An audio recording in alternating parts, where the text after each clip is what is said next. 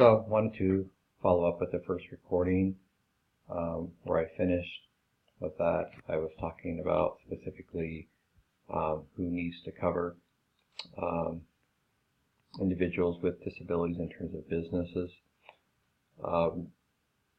So even though a business, and I want to clarify this, has 16 employees, not 15, and if providing an accommodation for an employee with a disability, such as retrofitting several rooms, bathroom, and if that is such a substantial cost that it's going to cause that business to actually fold or go out of business, there is an argument that business can make under the Americans with Disabilities Act, actually, that the financial burden of making or retrofitting the building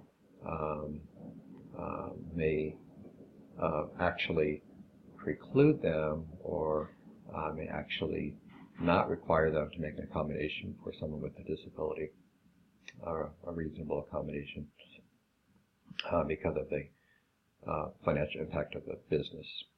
And that's not for us to decide, it's just to kind of help you understand the law a little bit more. I think there's a lot of misinformation about the law and a lot of actually just blatant things that are being said about the Act that are not true, particularly those who are pretty negative about providing accommodations for people with disability, and disability law and protection. So, our work is certainly to help someone get back to work who has a health condition, or somebody who maybe has gone into remission with conditions such as MS and they want to get back to a job. Our work can be, this can be under private health insurance or public health insurance, such as Oregon Health Plan, or even Medicare. If they are going to go back to work, they lose that Medicare benefit. In most cases, I don't want to stick my neck out too farther because I'm not a lawyer, but in general, right? So if a person goes back to work and goes off of disability, and that's their goal, our work is to help them reach that goal, for example. And that could be just looking at what type of job they want, and if they can actually perform some of those essential job functions as an employee. Or to help somebody who's on long-term disability that simply want quality of life, under the ICF model of social participation, want to limit the environmental factors that limit their participation in greater society. That is what we do, is to help people live to their fullest potential with whatever health condition or impairment that they may have.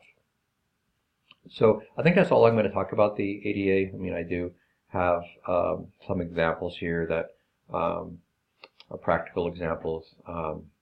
I think this is a real rich content area, and I really want you to embrace this learning opportunity to know the basics of the ADA.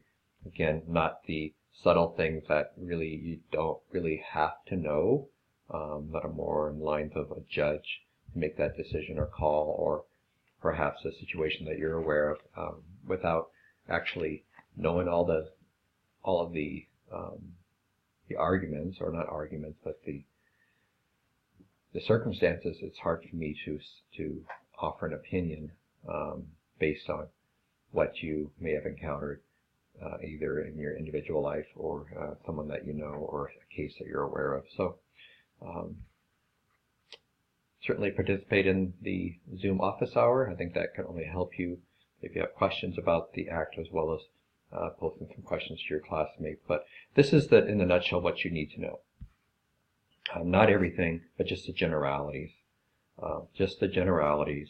I don't want you to split hairs and think I'm going to ask a question about alcoholism that relates to mental health. I'm not going to ask that, because I think that is not really something that you're going to have to encounter in the environment and have to make decisions about.